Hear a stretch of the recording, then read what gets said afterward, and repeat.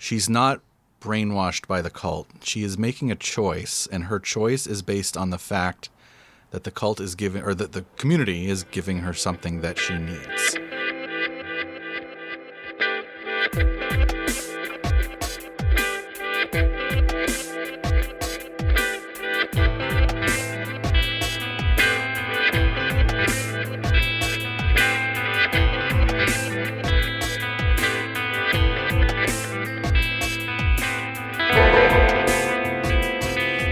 So I want to clear up one thing from That's not banter. Last episode. I want to clear up because I said fair game in reference in reference to furries. I don't think this was unclear, but I don't know. It's been on my mind. I don't think they're fair game. I think that my impression of how they were talked about amongst of how the internet treats furries and how I've even heard them referred to in real life, they seem to be fair game. I don't personally think that. Gotcha. So okay. This probably was already clear, but I just want to make sure. So you told me we were about to do banter, but instead you were issuing a mea culpa. No, this is totally banter. Banter and mea culpa, those are two separate sections. So currently we are in the mea culpa. No, mea culpa is a subsection of the banter. Mea culpa corner. Mea culpa corner of the banter section. Of the greater subset. It did make me think, too, though, is there any group that is fair game? Like that we should all just make fun of and be really mean to? Is there anybody that's fair game? I mean... I have an answer to that because I've been thinking about it. Well, you just asked me, so are you actually asking me to give you an answer, or are you just asking to give your own answer? Both. So, I have two answers. Okay. My first answer is no.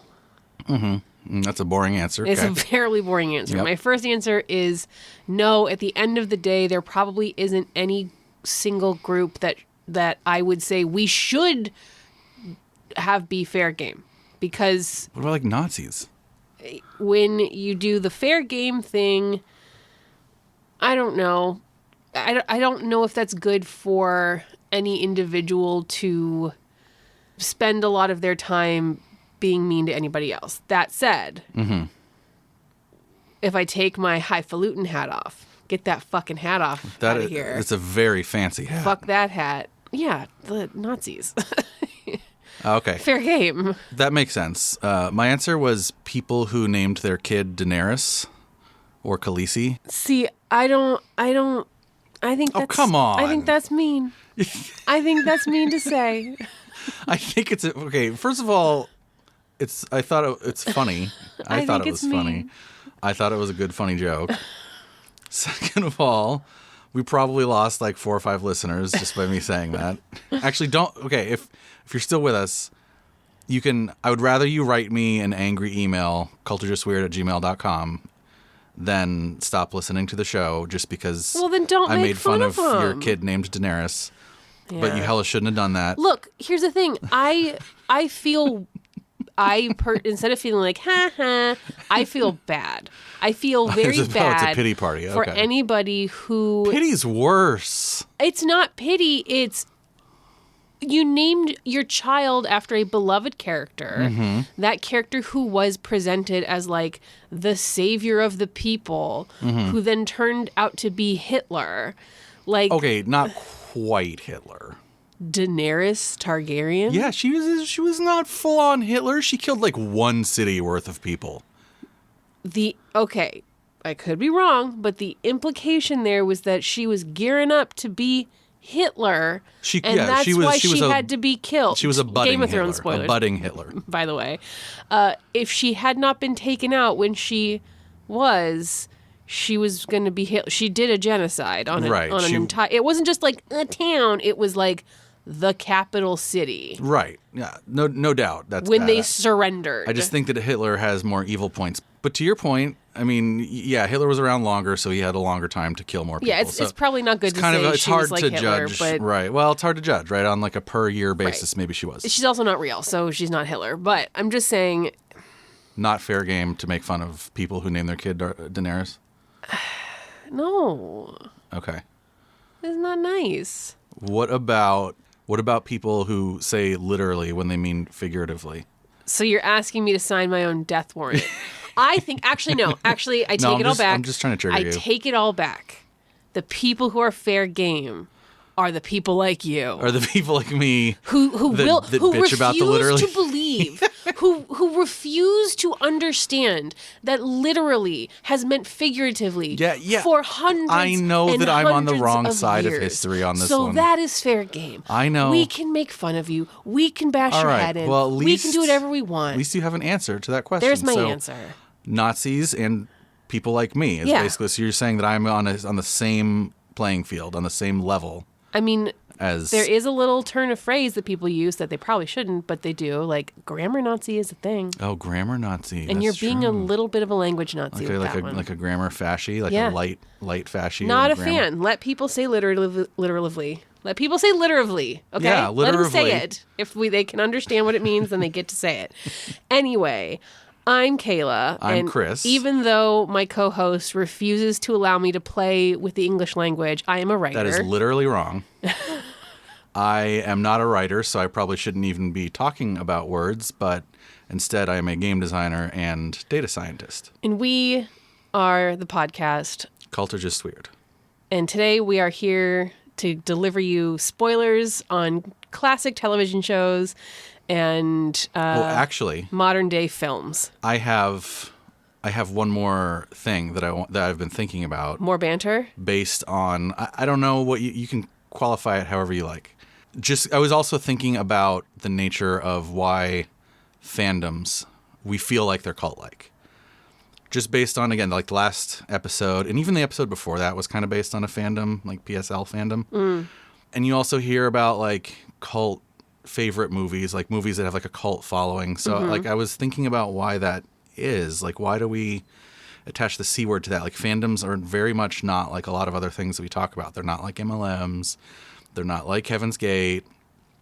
So what is it? And I think my answer, if you're curious, actually, do you have an answer before I bias you?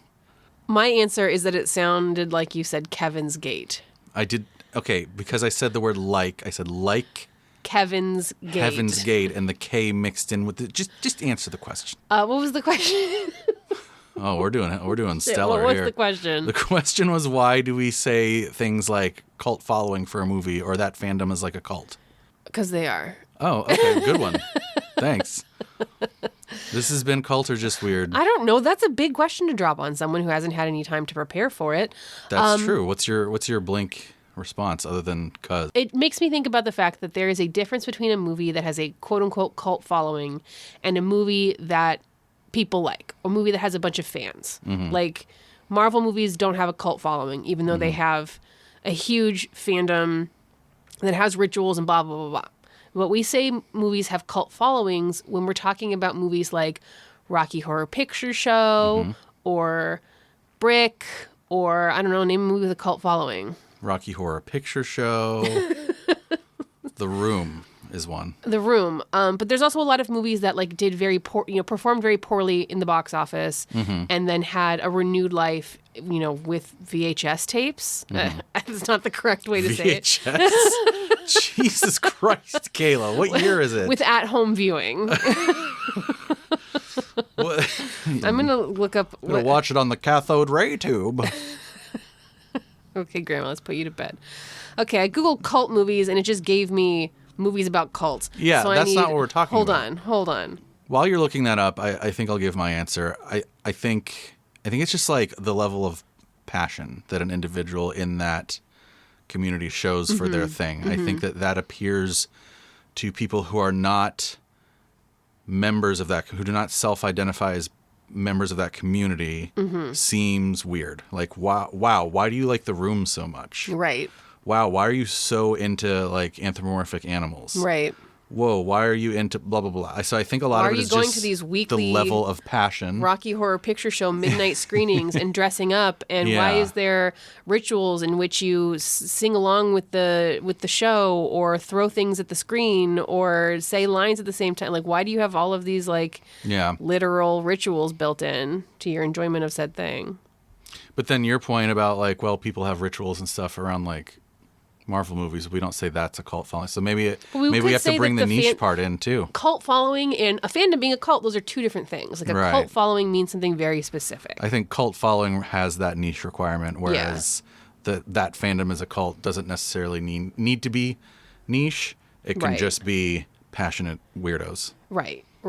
Like, when talking about cult movies, I pulled up a list, and it's like Hedwig and the Angry Inch, Akira, The Room, Empire Records, like Clue, Labyrinth, movies that... When I was in college... Big Trouble in Little China.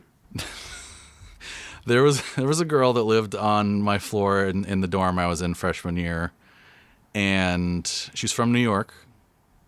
All she ever talked about was Hedwig, and she was obsessed with Hedwig and the Angry Inch. Every conversation, everything, she had to bring it up in every which way. She had paraphernalia. Like, the only thing I remember about this... What was her paraphernalia? Poor woman's... just like T-shirts and stuff. Oh, okay. I know what it's about. The only thing I remember about this poor woman's personality is Hedwig and the Angry Inch, because it was just all she did all year. That's a cult following. Yeah, I guess that explains it. Hedwig and the Angry Inch is a wonderful film. She's a very nice person. But that is somebody who definitely exemplifies or demonstrates a lot of fanship. Fanship, that's right, which we learned last episode. And that can feel cult-like when you're interacting with somebody who all they can do or talk about is the thing they're a fan of. Right. That feels culty, because how is that much different than talking with somebody who's like freshly in an MLM and all they can talk about is the MLM. There are differences, but that piece of it carries a similar thing. Why are we talking about this, Chris? Oh, it was just something I was thinking about since last episode.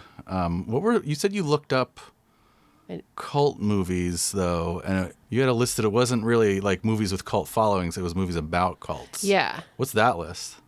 Well, the first one's Midsommar. The first one's Midsommar. So, okay, what? Hold on. So, crazy coincidence. Popular cult movies. Wicker Man is a cult movie. Mm-hmm. Midsommar is a cult movie. Movies about cults. Kayla, it's time to talk about the actual topic for today, which is the film Midsommar. Sorry, you don't think we should just start talking about Midsommar as if we just found it on the internet? You want to just talk about Midsommar for a little bit? And then we do the whole episode on it, and we go, oh shit, guess we did a whole episode on that. Sorry. So, yeah, it's movie review week here on Culture Just Weird. We are uniquely suited for this. That's right. Because we were on a podcast that had us on to do movie review. Oh, yeah. We were on Flyover State of Fear. We did an episode with them about Blair Witch Project. So I kind of feel like we're experts in this. Now, bottom line is we just kind of wanted to mix up the format a little bit. Like, not the format of the show, because we're still going to do the criteria. Don't worry.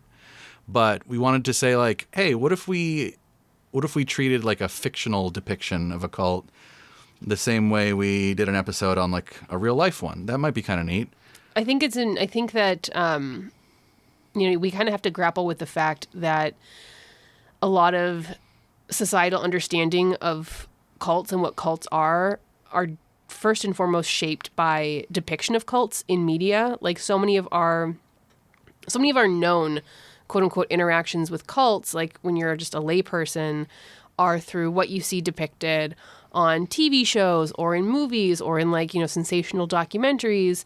You think about those things first before you start to think about the things like, the MLM that your friend joins or the church that they're in, or those kinds of things that, through doing the show that we've kind of learned are maybe more actually cult-like than something depicted in, The Wicker Man. Cults are less like something in The Wicker Man and more like something that your friend from, Bingo Club is trying to, the Tupperware club that your friend from Bingo is in. What about my grandmother who has like a big wicker chair?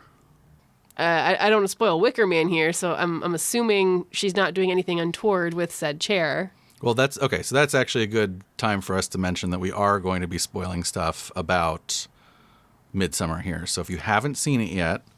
And we did not intend to do this, but this one's unintentional. But it happened. We will also be discussing the film Hereditary by the same filmmaker, by the same writer-director, Ari Aster.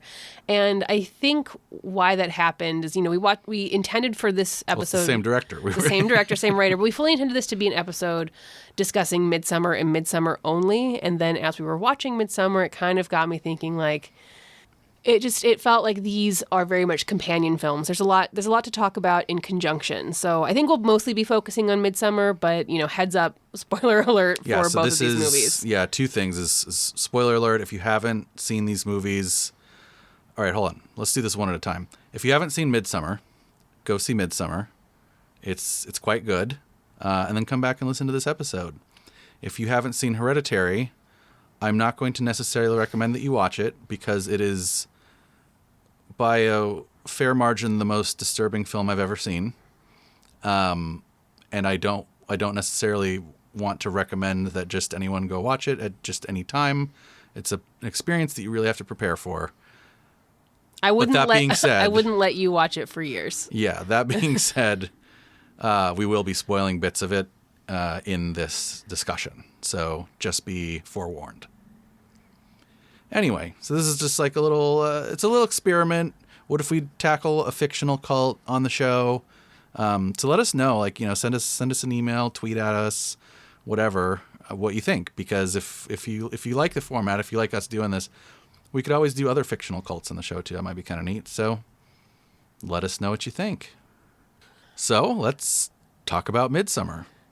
Or actually, I guess technically the cult is not Midsommar is the name of the movie, but the cult in the movie is the town of Harga. The town of Harga. But we'll get to that. I think what we should do before, for our listeners, we plan to go through our criteria and talk about, how this cult fits in or doesn't fit into those criteria. But I think we should do either a refresher for people who have seen the movie or a summary for people who don't want to watch the movie but want to participate in this conversation. So I'm going to summarize for you the film Midsommar as best I can. She's just going to read the script. It's going to take like an hour and a half. It's going to take 2.5 hours because it's a 2.5 hour film. But go watch the movie too. It's really, I cannot express the visual enough. Okay, here's the review part. I love this movie so the movie much. Is excellent. The movie is the visual fantastic. Storytelling is magnificent. Trigger warning for all of the things. Acting is magnificent, and even though it's a long movie, it's paced very well. Like there's not much that it does wrong. I will also say here before we get into discussing this film, gird your loins, gird yourself, steady yourself. We said trigger, right? We didn't. We did not? No, we didn't. Oh, I said that for Hereditary, but not for Midsommar. Yeah. Midsommar is also a challenging movie to watch, primarily based on the first thing we're going to talk about, which is the first thing that happens in the movie. Yeah, so the film opens on Florence Pugh playing a character named Danny. And Danny is on the verge of an anxiety panic attack because she cannot get a hold of her sister. Her sister has sent her a series of very ominous, very scary emails that make Danny think that she is planning on harming herself and potentially their parents. Danny cannot get a hold of anybody in her family. The only person she can get a hold of is her boyfriend, who is kind of dismissive about this, kind of like not the most supportive person you would want in this moment. See, I told you that people that name their kids Daenerys. That is why she is named Danny. Yes. No. Unfortunately for all of us, Danny is not just being a crazy woman. She is not just being, panic for panic's sake. We find out very quickly she gets a phone call from an unknown number, and every millennial knows so fucking terrifying. That is the scariest thing you can ever get. Oh my God. Unfortunately, yes, her entire family has been found dead in their home. At the hands of the sister. So it's kind of like that opening scene. They drag it on a little bit long. It's not 20 minutes, but it's like 10 minutes where she's like kind of going back and forth, being scared about this thing. And like we, the audience, know it's very brutal. A lot of us, probably most of us, have been in a situation where like we're really anxious about something based on, I should have heard from them by now. Right. Or I got an ominous text or something like that. And in this film, and this is why we said warning here, is because in this film, the worst actually does end up happening to her, and it is pretty brutal. So this all happens while Danny's boyfriend is with his friends, kind of, just being, these are graduate students. College buddies. Doctoral students. They're, I forget if they're actually out drinking or whatever they're doing, but they're having a much different experience than Danny is having.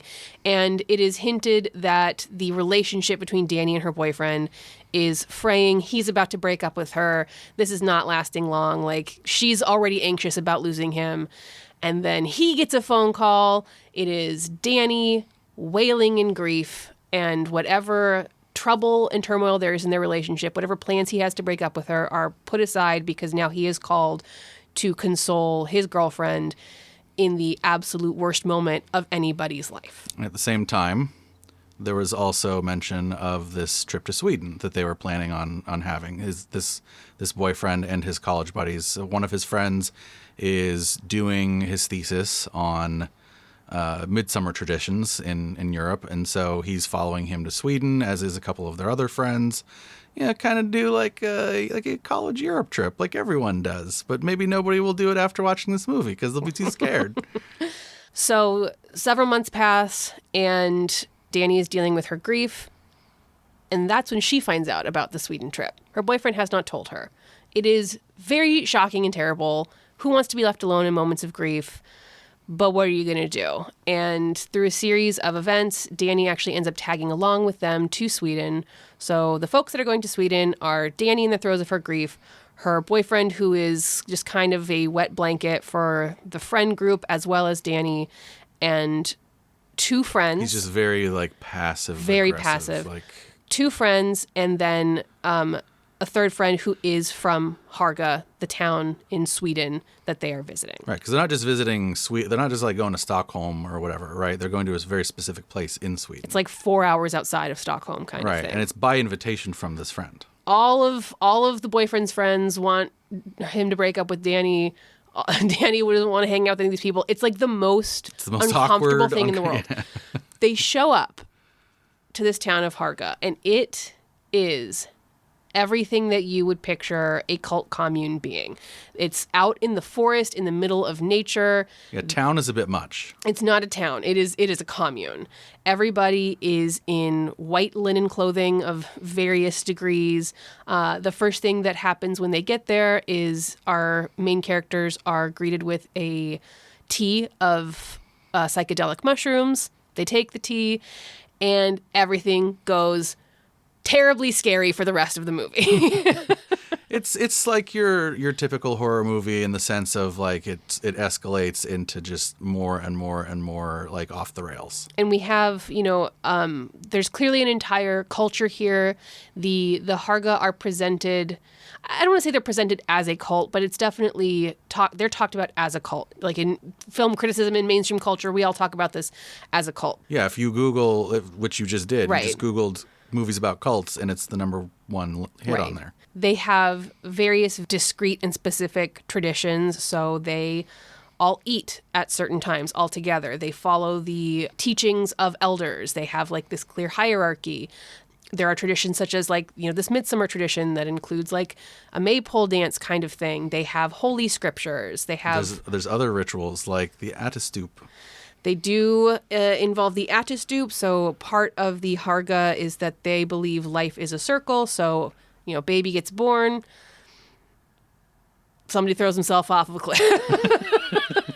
The bottom line is the Attestup is actually, it's a real old tradition, and a real, not real old. It is old and also a real thing that some Viking cultures would participate in, and it's throwing old people off a cliff. But I don't want to say it's throwing old people off a cliff. In the film, it is. I say that flippantly, but yeah, it's not. In the film, it is depicted as a very sacred end-of-life ritual that when people of the Harga culture reach age 72, they perform the Attestup. Right. And I imagine it was like that in real life, too. I doubt it was just shoving people off a cliff. It was probably more ritualized and more of the way they say in the film is this is a joy for them to be choosing the time of their own ending and surrounded by people and friends and family.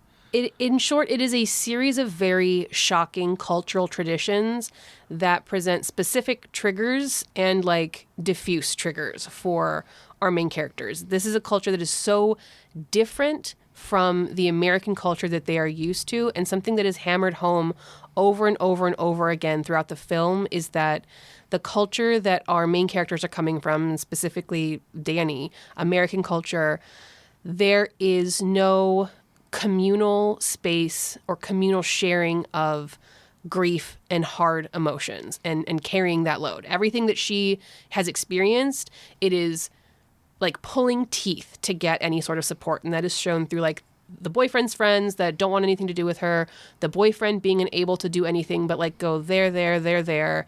She is alone in her grief. The Harga... It's not even his fault, right? That's the thing, is like it's not his fault that, and I mean, it is in some ways, right? But in other ways, it's also like he's not given the tools from our culture to be a better like grief support for his girlfriend, right? The only thing that we are ever trained to do is that sort of like, there, it'll be okay. Buck up, kiddo.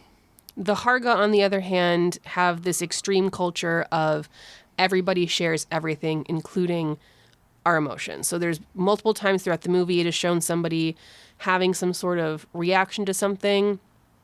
Everybody else joins in. So like when the Adistoop happens, I think that's the first example we have of it. When the Adistoop happens, one of the two folks who jump off the cliff in that ritual, one does not die upon impact and is groaning in pain. The entire Harga clan, the entire Harga community who's there watching, reflects his pain by doing the exact same thing, by groaning, by moaning, by acting as if they are in pain. And that is to demonstrate that the culture of the Harga does not have those same deficits that the culture our main characters are coming from have. Right. It also feels alien. creepy to people that are, very alien and creepy if you're not used to that kind of thing. And so the film escalates. I don't want to get into exactly the specific details of everything that happens because you might still go watch the movie. But the film essentially escalates to the point where Danny becomes entrenched in the culture in a way that is, like, the twist of the film is that this very scary culture ends up being the thing to embrace her through her grief. So there's almost like two movies going on. Yeah. Right? There's the like, oh my God, we are in this alien culture that is very scary and it's triggering for us in a lot of ways. That's what the friends are going through. And the friends end up, each one ends up paying for it with their lives by the end of the movie, including the boyfriend in the final scene. On the other hand, Danny, while she's also like, she's not completely experiencing something differently because she's like wondering what's going on. Like she's the only one, which this is another point that we can get to, but she's the only one among them who is not just dismissing what's going on as like, oh, it's fine. It'll be fine. Echoing the "it'll be fine" from earlier in the movie when she was talking to her boyfriend about, oh my God, I'm so worried about my parents and my sister. He was like, it'll be fine, stop worrying. She's the only one among her friends who knows that the bad thing can happen. Right. That knows that the worst outcome actually is possible. So she is trying to warn them, but then slowly she becomes embraced enough by the people of Harga and is given enough of what she needs that she can't get from American culture, from the Western culture, that she essentially like assimilates into them by the end of the movie. Like, right. She becomes their May Queen, and she's actually the one that finally like pulls the trigger, so to speak, on the final sacrifice of the boyfriend. So it's kind of like there's two different movies going on. As to why Danny, it's actually sort of hinted at earlier in the film. The guy that's from Harga, that's like, his job is to like go get outside sacrifices for the people to do their Midsommar ritual. He empathizes with Danny because he also lost his parents when he was young. And when he lost his parents, it was this Harga village that took him in, and basically what it sounds like is did the same things for him that they do for Danny. They give him that radical acceptance. They give him that like community meeting him where he is with grief, because that's a big thing with her is and you mentioned this with the Adistoop, right? When the guy's in pain, they meet him where he is with their own groaning. there's a scene later in the movie where that happens with Danny, right? There's a group of women that essentially like wail with her, that keen with her on the floor of the, of the dormitory when she's just finally able to like release some like emotional tension and like just wail and cry on the floor. So anyway, very good film. I sort of rambled there a little bit, but I was trying to get the idea in there of like there's sort of like these two films going on. Right. There's like this creepy thing where like the friends are getting picked off one by one, and then there's like the experience Danny is having that culminates in the like, I am the May Queen.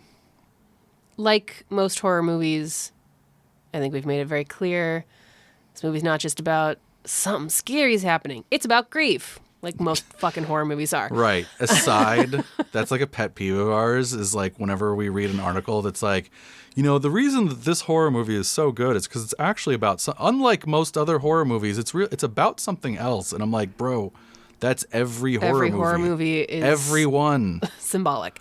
Anyway, yeah, so that's kind of why we wanted to talk about it, is that this movie is presented as like, this is the movie about cults, but really it's a movie about grief and the ways in which encountering grief might feel scary and foreign and then ultimately comforting and the thing that you need. So, well, actually, before we get into the criteria, I will say this is the second time for both of us watching. We watched it in the theater in 2019 when it came out, and then we also watched it again for this episode. In between that time, we've had our own experiences of grief. I think longtime fans of the show know that we lost our son Arthur a few days after he was born prematurely, and so the film really hit a lot differently for me watching it the second time, having that lens on it and having that like grief lens on it. Like Ari Aster does a really good job of depicting some things that are like that I can really resonate with, and I think you as well. I need to know everything that Ari Aster has gone through in his life so that I can go, what the fuck, man? Yeah. What is going on? What happened to you? So how do we want to start? I mean, do we want to just go through each criterion? Well, we went through the plot. We talked about the characters, right? So, Danny and her boyfriend and his friends. Yeah, they don't get names. We're just talking about Danny. They're just... No names. Danny's Danny, and the rest of them are just the boyfriend, the friend, the guy.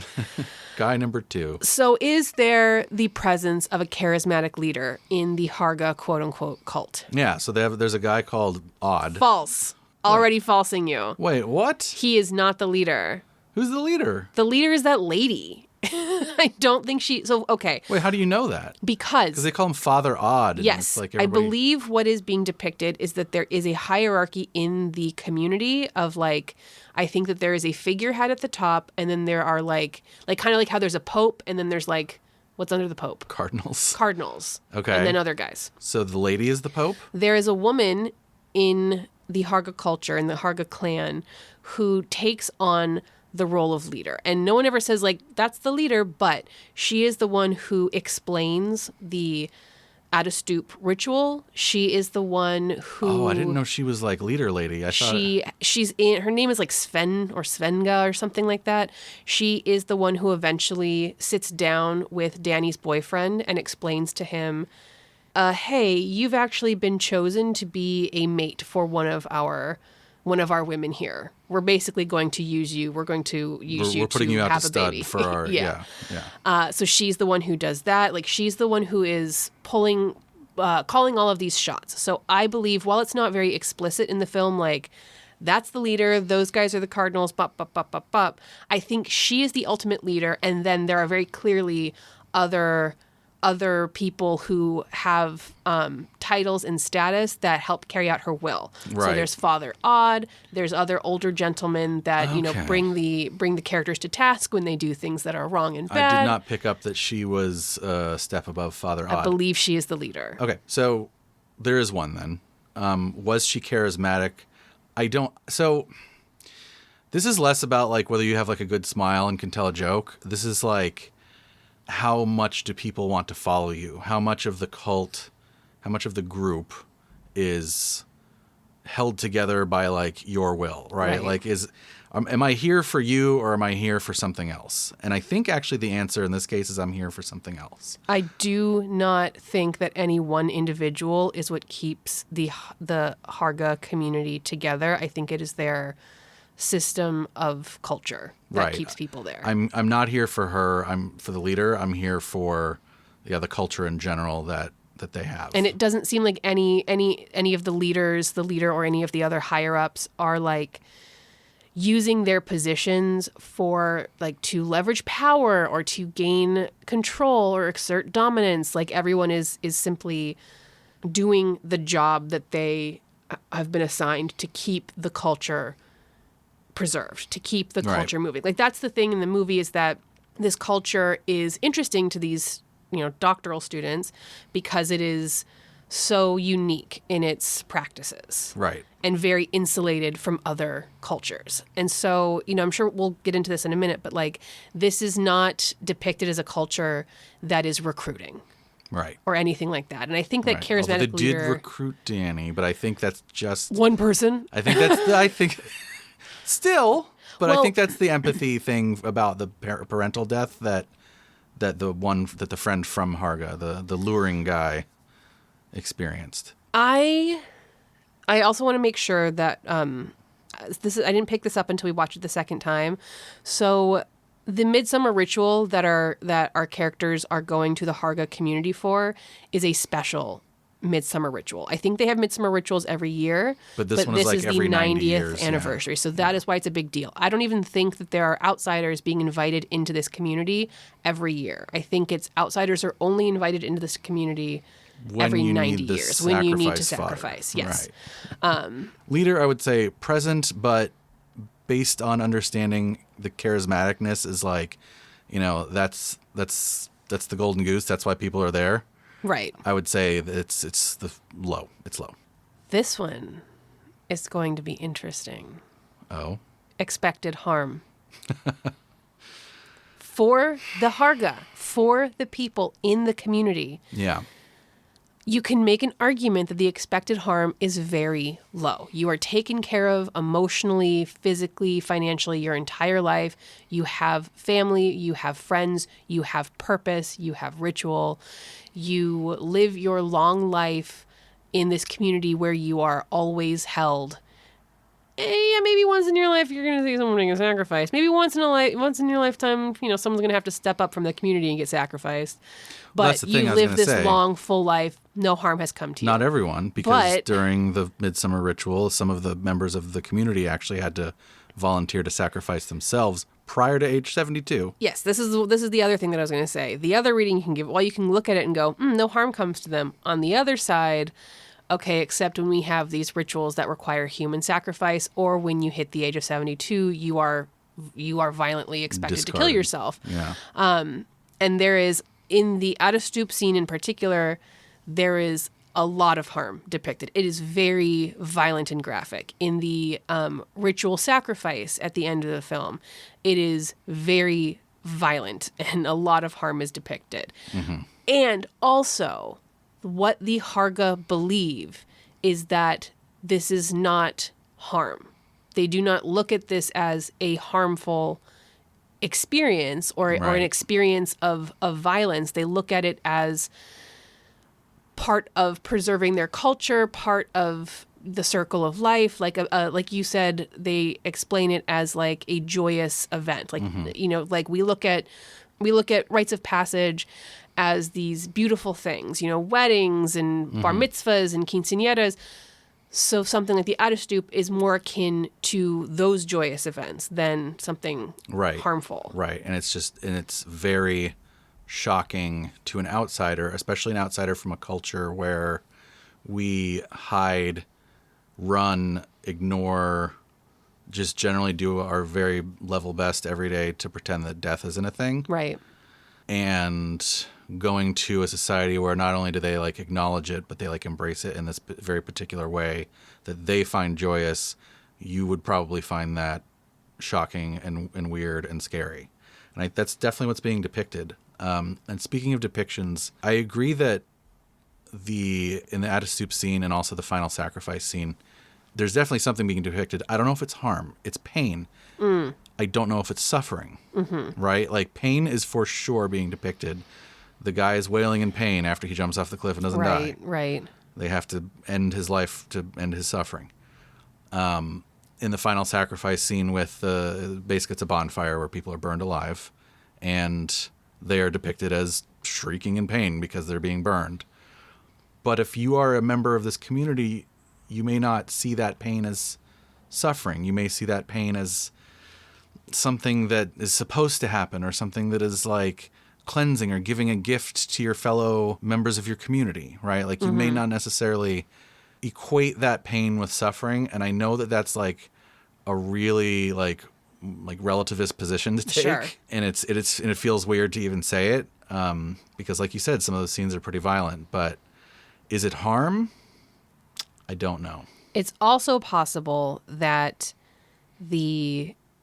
that there are people in this, fake community, that there are people in this community, in this fictitious community, that would not make these choices for themselves absent the pressures of the society. Potentially. So yeah. I upon watching it a second time, I don't think I noticed the first time that the woman, before she launches herself from the cliff, she is crying. She has tears. She has a look of, I am going to miss this. This sucks to die. It sucks. And so I think it's possible to sit here and go, well, there might be people in this culture that would prefer to not die at 72, or would prefer to not step up as a human sacrifice, but feel so much pressure, societal pressure because that's the culture. Right. And don't we have that too, right? Like, we have cultural norms, and the dominant part of the culture wants to enforce them universally, but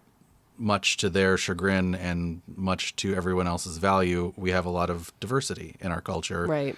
And it's possible that the Harga have that too. I think that's a risk that sometimes we take, is when we like look at other cultures, we think of them as like mono, right? It's like, oh, they're the people with the tacos, right? It's like there's only one thing, but like actually, like if you go to Mexico, it's like there's German influence there, and they have like wine, and they have all these different, but we just like only have like a few things that we ascribe to them. And I think it's the same thing here with the Harga, where there probably are people who were like, I don't really care for this thing. But that is not shown. But that is not very shown. much shown. And I think that that's something that's supposed to be part of the like scariness, is that they are very much shown to be a monolith. It is like they're all bought in. They like the Harga, while there are individual bodies, given the those how there's animals that are really like a bunch of other animals. I don't know what I'm saying. There's like like jellyfish or whatever. They're like, okay, like isn't it a man o' war? Man o' war, not jellyfish. A man o' war jellyfish is not actually a single animal. It is made up of a bunch of animals, but they all together make a new thing. So like, it's a collective. All of the Harga are a collective. It's like you're just kind of seeing these like individual bits of it, but they are a monolith. They act in unison. There's no depicted dissent. But if we're sitting here analyzing whether there's harm, I think it is worthy to maybe ask if to try to do a little bit of mind reading and say, like, in the history of every Harga person that's ever lived, has there been someone that like didn't like the fact that they had to die at 72? Yeah, probably. Yeah, most likely. And if you're an outsider, the expected harm is about 90%. Yeah. So from an insider perspective, maybe expected harm is low. They do a lot of good stuff for each other, and you will never have to have a night of crying alone. There will always be somebody there holding you. Right, and I would say they even have like in many ways a healthier relationship with death than we do because of the way that they interact with it. But if you're an outsider, it's harm. It's pretty harmful because you're probably going to die. They're probably going to sacrifice you. And that's the part where you kind of go like, as much as we're sitting here saying, man, these guys are awesome. Like at the same time, they did kill people without their consent. Like the people inside the community are like, I volunteer as tribute, and this is a part of my culture. This is a joyous time for me to die for all of my fellow brethren, yada, yada, yada. Cool. Great. Awesome. The outsiders didn't really have that. level of consent. They didn't know that they were going to be sacrificed in this Midsommar thing. So that's where the Harga do, like, as much as they have, like, all this beneficial stuff that we're talking about, ultimately they're still bad dudes. Like, they're baddies. Don't join the cult. They're baddies because they did kill people without their knowledge or consent. Presence of ritual. Ultra high. Extraordinarily. And this, yes. So, as bad as they are, I want to be in the Harga cult. Oh, hell yeah. I want to be in the Harga cult. And I want to be in the Harga cult because, again, if you haven't watched the movie, go watch the movie. You're still going to really get a lot of enjoyment out of the film, even if you hear this entire conversation. It is such a good movie. There's a moment that you described where Danny fully experiences what seems to be one of the most important, like, day-to-day rituals of the Harga. So she has just done the May Day dance, and she, wins and becomes the May Queen. And while she's riding this high, she returns to the village and finds that her boyfriend is having sex with one of the Harga women. She doesn't have all of the context that he has been coerced into this. He has been chosen to basically just be a sperm donor. He has been drugged. He has been abused into this position. To her, she is witnessing an act of betrayal. She is been fully abandoned by the only man in her society that is, like, providing her with any sort of support, and it's, rickety. And she begins sobbing and wailing and, like, falling down and, like, having all the emotions that come out when, you're on your last thread. And instead of, like, being left alone or, instead of, like, people being like, oh my gosh, I don't know what to do. Can I give you a hug? All of the Harga women that she's with surround her, carry her, hold her, bring her to the dorm, and they all collapse on the floor. And as she is wailing, they all match her wailing, staring at her in the eyes, being there 100% with her. She is not alone in any way, shape, or form. And validating her experience. Validating the experience. Not like, oh, it's not so bad. Don't worry about it. It is as bad as it is, and we are here on this ride with you, and there is no chance of you falling through the cracks. And I remember seeing it the first time, and I was just like, good Lord, can we have that? Yeah, I know. Can we have that? I know. And definitely it hit me harder the second time because I was like, there are times that I wish that I had that. Yeah. For sure. And so there is so much presence of ritual in this movie, and Ari Aster does a very good job of, giving little ritualistic things that aren't really, fully explained. We get their all kinds of stuff. We get their holy text explained to us. We get a little bit of their, like, there's, like, pictographs, there's symbols, there's the eating, like the dinner. Yeah. There's, like, very specific ways that they basically consume everything food. These people do in their lives is ritualized, including the act of sex, because when the boyfriend is forced to have sex with a Harga woman, it is done in a very similar manner to the experience that Danny has of this, grief support. He is taken into a room where the woman he is supposed to have sex with is there for him to have sex with, and then a whole bunch of other bed of flowers. Whole bunch of other Harga women are standing around to share in the experience. They're not having sex with him, but they're there to mirror all of the emotions and sounds that she makes as they go through this ritualized sex. Every single thing that these people do in their lives is part of the Harga's ritualized culture. And I think, and we talked about this while we were watching it, but what's interesting to me about the contrast, because those two scenes basically happen at the same time, right, is I think, I don't know if this is the intention of the director, but it seems to say that, like, having everything be communal, literally everything, that can be good in some ways. Right. Like, I think with Danny, they were saying, like, this is a beautiful way to, like, hold someone and validate them and be there with them even in those dark depths of grief. But on the other hand, if we do absolutely everything as a team, I don't know, like, it doesn't seem that great to have, like, 8 people around you, like, making moaning sounds while you're trying to have this, like, private, intimate moment with someone. And, like the sex scene doesn't, like, that's part of what makes that sex scene feel like the least sexy, like the least intimate thing ever, is because it's this part of this like creepy ritual. And it's like, I don't know. I think maybe there's a balance that we can have too, that maybe that's part of what the film was saying, is like, we don't necessarily need to go 100% collective, because there are some things that maybe are better private. To have no like individualized intimacy is also a very scary thing. So Right. Yeah, maybe having some things be private is still okay. Yeah. I mean, generally, the ritual in the movie, I think, is presented as like a healthy thing, healthy and beneficial.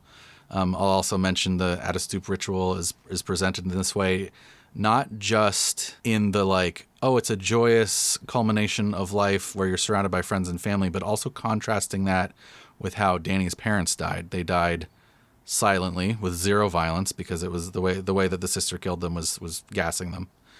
So they died silent and peacefully in their sleep, and there was zero ritual. Danny didn't get to say goodbye or anything. Nobody got to say goodbye. It was sudden. And they depict like, zipping up the body bag, and that's the only ritual you get here. You just is a zip, right, and the body bag zipped up, and they're gone. And then the most you can get after that is like, sorry, babe. Right? Like that's the most she can get. Right. Then you contrast that with this at a stoop, where it's like, not only are you saying goodbye to these people ahead of time, like you have the special dinner and special clothes, special this, special that. It's a time of essentially of their. It's a deliberately chosen time. It's not some like sudden random thing that happens to them. It gives you this time to sort of like, I don't know, do things that Danny never got to do with her parents. Right? She never got to say goodbye. It happened so suddenly. There was very little fanfare. It's the opposite for the Harga, and that kind of like highlights that opposing nature of it. Really highlights that the healthiness of that ritual and how it helps Danny. I know we haven't talked yet much about Hereditary, but we did say we were going to talk about it, and I think this is a good place to kind of drop in some of that discussion. Hereditary does a good job of kind of depicting the like antithetical response to grief than what the Harga depicts. So it's like the unhealthy ritual, the unhealthy support versus the healthy support. Hereditary also deals with very traumatic family loss. So it's a family of two parents and two children, and the youngest daughter is killed very brutally in the film, and the rest of the movie is basically about the family, the unraveling of the family based around that, dealing with this grief or unable to deal with the grief. Like, nobody really goes to therapy in the movie. One of the characters goes to a grief support group once, but because they don't have any sort of external support, they're all kind of just like going to work and going to school and like sending their 16-year-old son on back to school, days after his sister's funeral. He also was the one who killed her on accident, by the way. This family is not held. This family is not given any sort of healthy outlet for their grief, and that makes them vulnerable. The mother is literally preyed upon in her grief. Somebody is like, hey, let me show you how to do a seance and like talk to your dead kid. And that's a really big difference between the way we handle grief in our society. It opens us up to a lot of very unhealthy things, whereas the Harga, having ritualized everything in their lives, that makes us kind of go like, ooh, maybe there's room for some. Maybe not everything. Maybe not everything, but they don't have those like cracks of like, honestly, I think that the people in the Harga community, if they like, rumspringa and went away from the Harga community, they'd be less susceptible to things like other, like more damaging cults, or things like, let me teach you how to do a seance to, meet your dead kid, and really I'm just conning you in this really horrible way. Right. And I think that's why a good contrast. I think that Hereditary and Midsommar are companion films in some really interesting ways, because they're showing different. They're both about grief and the ways that grief can either like rot you out from the inside or can build a community for you. Yeah, but what's interesting is like in Midsommar, they had to like go outside of civilization to get what they needed. Right. Which is kind of like, oh, how do you fix the thing that happened in Hereditary? Okay, well, first you have to discard society. Right. That poor family. Anyway, Very high ritual. Very presence of ritual is very high. I think that this is kind of an easy one. Niche within society. There's probably about 100 Harga. Super, yeah. They're 4 hours outside of the nearest town. They do not. They don't even want their rituals to be written about in these doctrinal they don't want theses. pictures taken. No pictures can be taken. Like it is a very insular. There is no recruitment going on. We already said that. Like the people that are brought in, there was only in the film. Every 90 years they bring outsiders in, and there was a total of Danny, her boyfriend, 2 friends, and then 2 other randos. So there's a total of 6 people brought in every 90 years. Yeah, and the community itself was what, like 50 people? 100? I'd say 100. Maybe 100? Maybe That's small. Maybe more, 50 to 150. It is indeed niche. Very niche. I love how much time we spent on ritual. We've talked about that for like 30 minutes. Then niche is like, yes. Yes.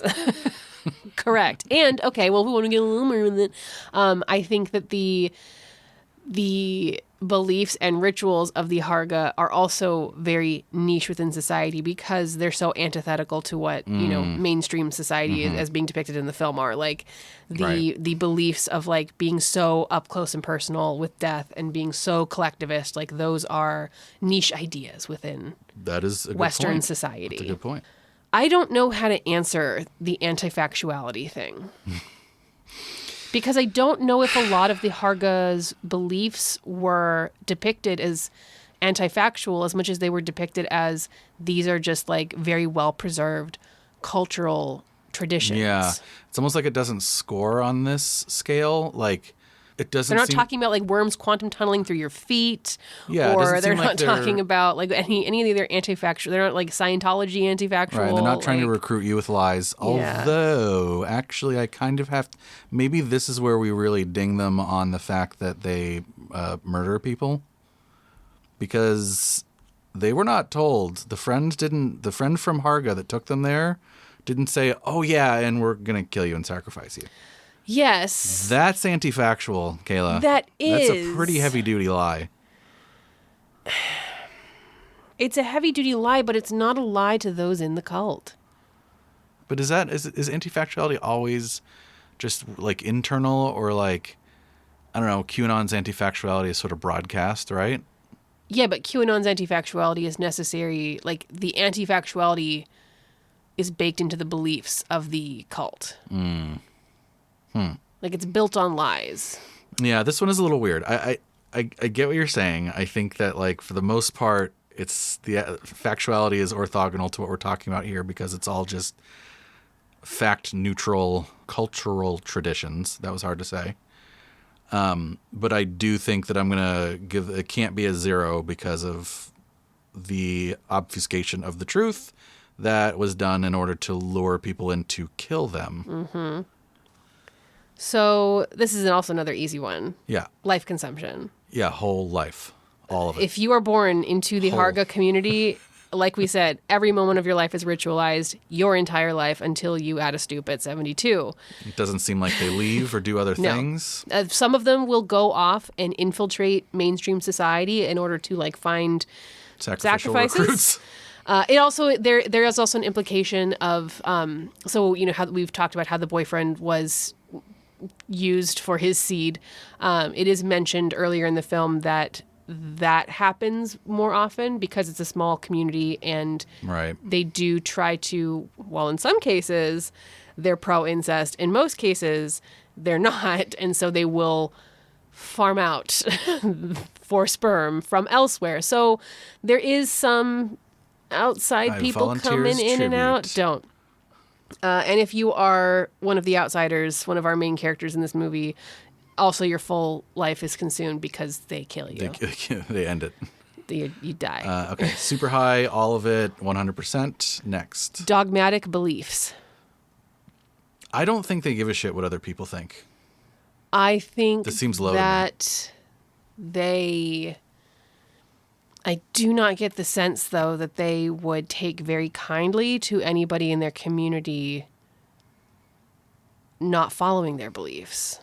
Like, if I don't get the sense that you could be like, I'm going to wear jeans and like not do the Maid Queen dance. It's interesting because like I think it's almost like they have the sense that like they're the world. Like Yeah. like their community is it.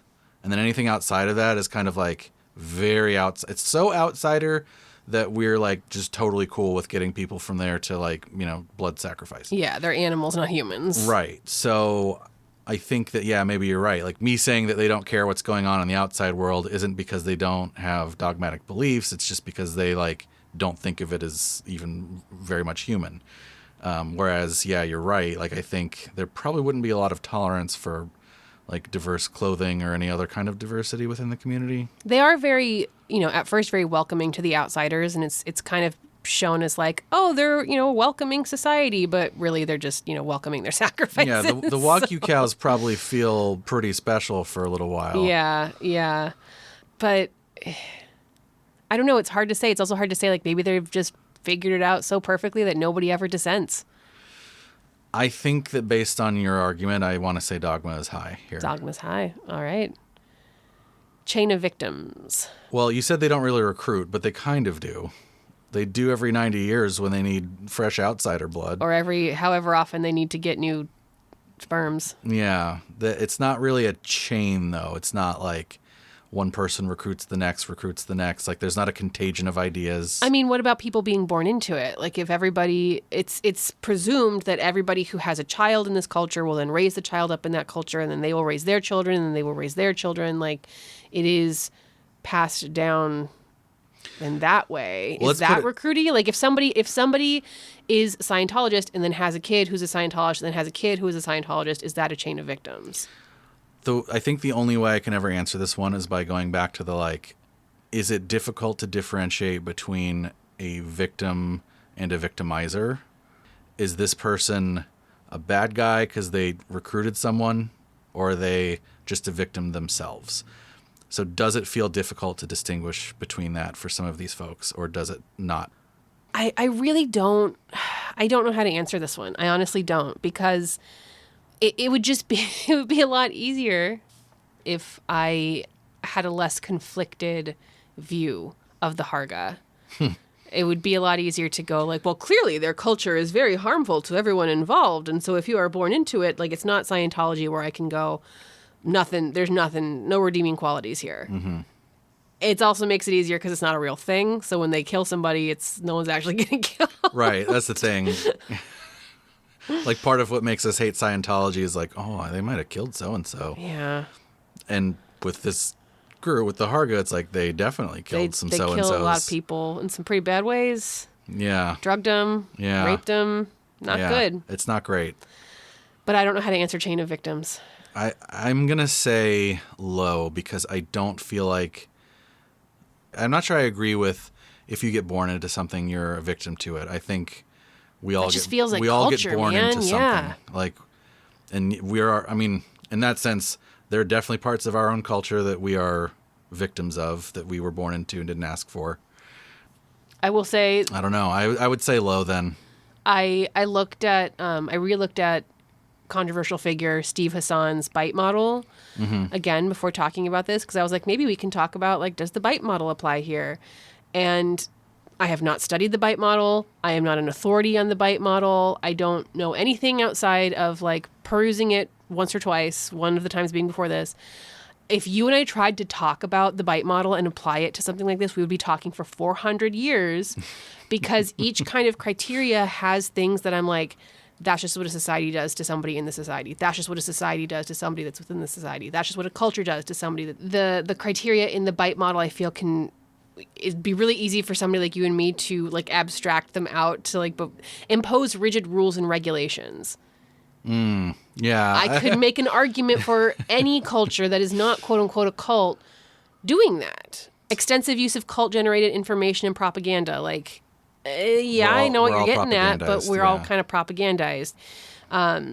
Requiring members to internalize the group's doctrines as truth. Like, again, I know what controversial figure Steve Hassan is getting at here, but it would be really difficult to apply the bite model to something like this because I can't help but draw parallels between just like cultures at large, and the Harga feels like a culture at large that just happens to be very small. It happens to be small. Yeah, I agree. I think that's kind of like the running theme here is that it's like cult or just culture, right? It's like this group of people, like, they definitely do some really shitty things, as we have mentioned. But, you know, again, like vis-a-vis this criteria of chain of victims, I don't know. I don't know whether to say somebody born into this is a victim or not. I don't know the answer to that, because we're all born into something and we're all ultimately victimized by the less savory aspects of our own culture. So I don't know. I don't know. Low. Safe or unsafe exit? NA. We don't really have any evidence of anyone trying to exit. Nobody is shown as exiting. Nobody is shown as attempting to exit. The only people who try to exit are the people who are outsiders. And that was unsafe. That is unsafe. If you are an outsider that is trying to leave, you will be killed, which I do wonder what that means for Hargas born into the culture, because part of why the outsiders are kept there, you know, come hell or high water, is they're needed for this ritual. And I also got the sense that it was like, we cannot have anybody leaving here and telling our secrets. We cannot have anybody leaving here and bringing outside society here. We cannot risk our way of life being stopped. So if there was a Harga that went, I'm going to leave, I don't know if that would be handled safely. So I'm going to say speculatively, but high. Yeah. We don't have... Yeah. We have circumstantial evidence that attempting to leave this place would probably not be safe. Correct. Is that the last one? That is our last criteria. So do we want to... The eighth and final criteria. I would like us to make a judgment call so that we can talk about it. And I just want to briefly, to transition us into the end of our episode, I would just like to compare and contrast it a slight bit with the maybe a cult present in companion film Hereditary. So is this a cult or not? Is Harga a cult?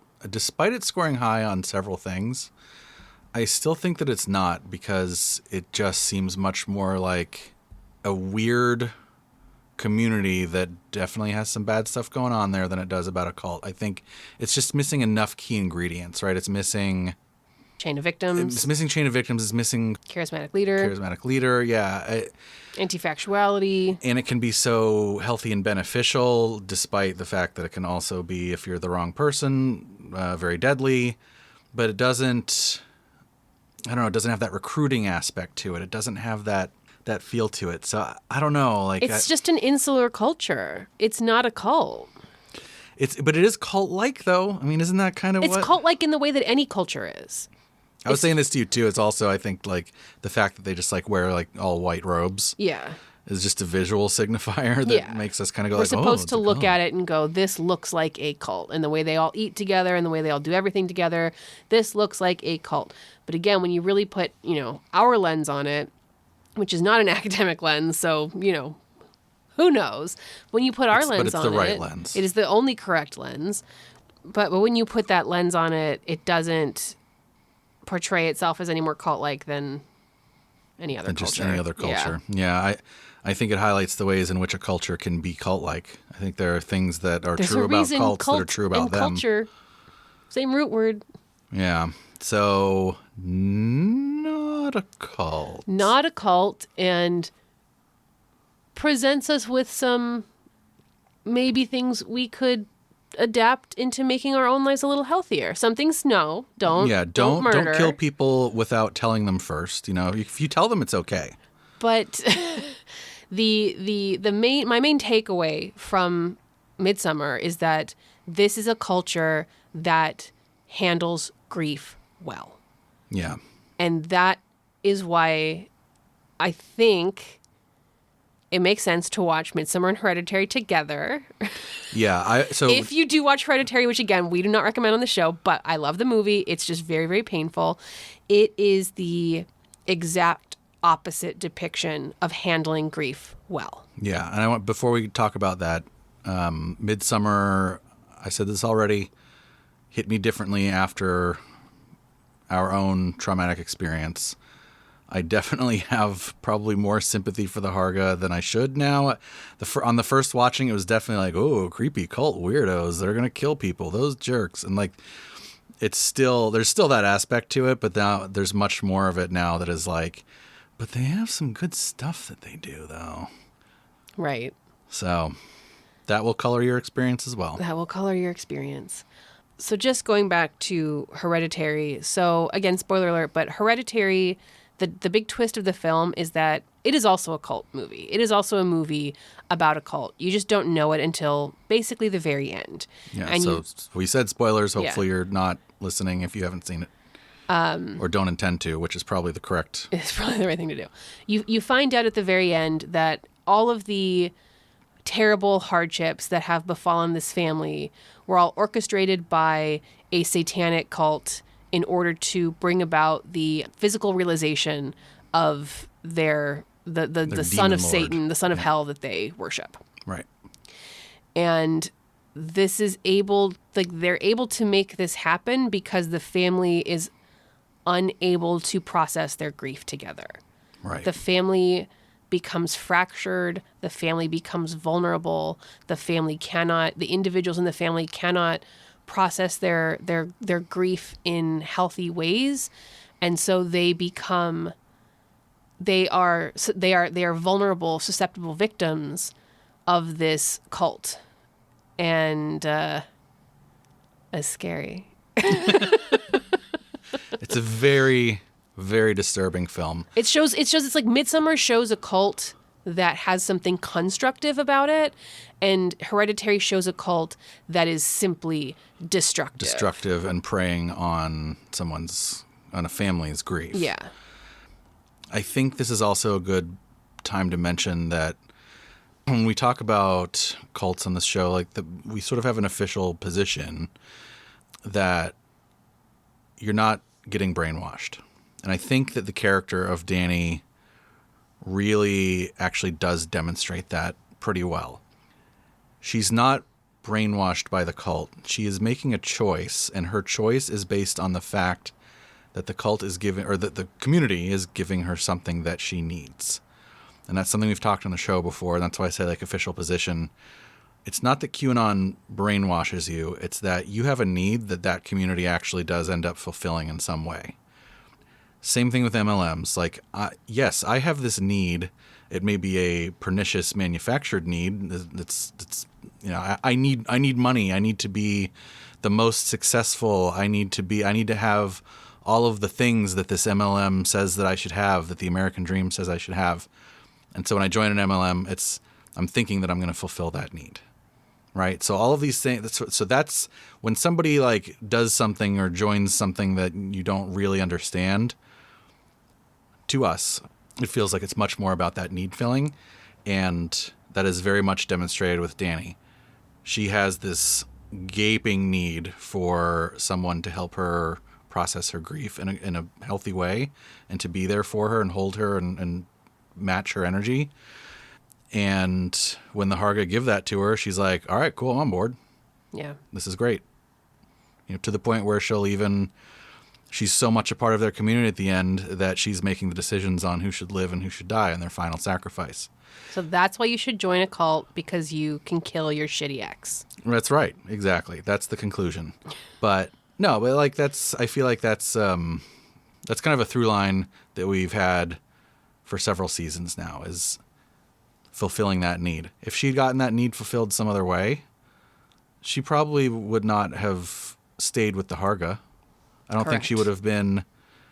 I don't think she would. It's because she doesn't have that need anymore, right? And it's kind of like you were saying too with the Harga. If they exited their community and something horrible happened to them, XYZ, whatever, because they have these techniques and coping mechanisms and whatnot, maybe that need for companionship during grief is something that they already have fulfilled. So maybe they wouldn't have fallen for something else. So anyway, and I don't mean to say fallen for as if oh, Dani fell for their shtick. Right. I think they were being genuine.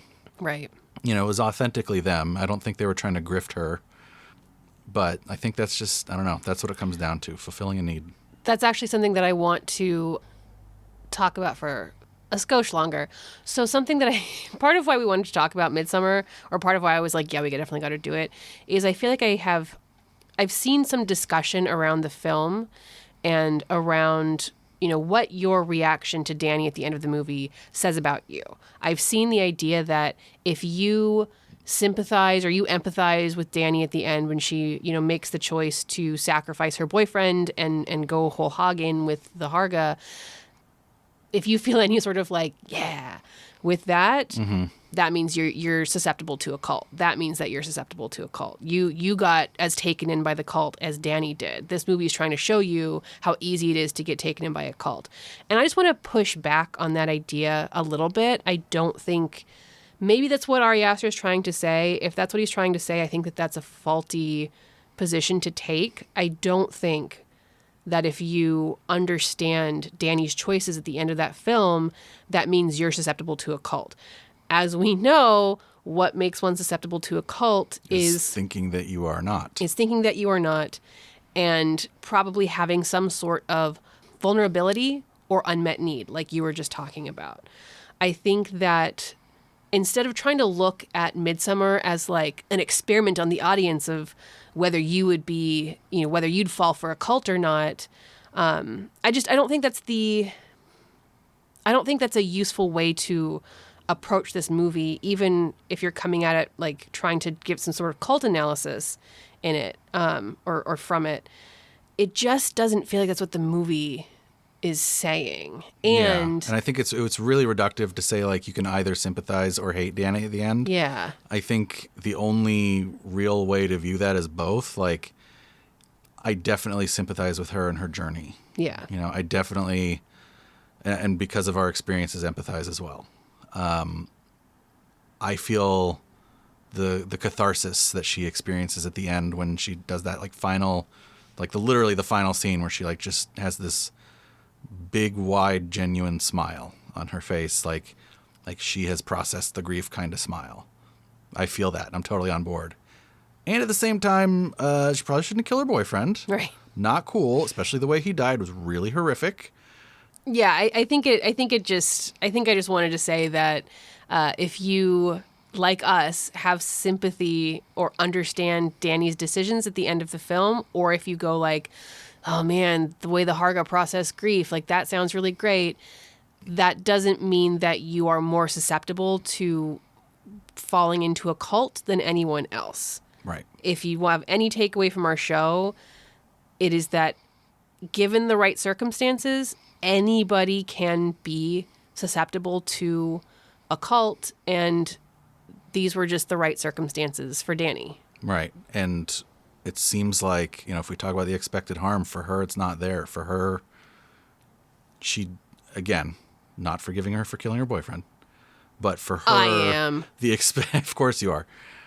For her, like we say, oh man, the cult got her. It's like, did it get her, or did it like help her and like heal her through her grief? Right. Right. So how was there more harm from the Harga than the harm she's already experienced from her culture of origin? There really isn't, because she's coming from horrific violence on her culture of origin to violence that has a purpose. And I'm not saying that to, strip the Harga of any it's okay to responsibility for what they're outsiders. doing, but it's not like it coming from her culture of origin was a piece of cake anyway. Well, thanks for watching Midsommar with me again, Kayla, and a hearty fuck you for showing me Hereditary. If it is the most disturbing movie of all time. I tried to keep you from watching it, and then we gave in. Yeah, at a certain point, don't let the curiosity get to you, you guys. It's awful, but it's also great. I don't know. I'm gonna stop talking about it. If you guys enjoyed us covering a fictional cult, please let us know. If you hated it, let us know, because there's other ones we could do. So just to wrap us up, I want to leave us with a very small quote from Midsommar that I think does a good job of highlighting how maybe what's being depicted as a cult is simply just cultural differences. So after at a stoop, one of the characters says to the other, "That's cultural, We stick our elders in nursing homes. I'm sure they find that disturbing." This is Chris. This is Kayla. And this has been Cult or Just Movie Reviews.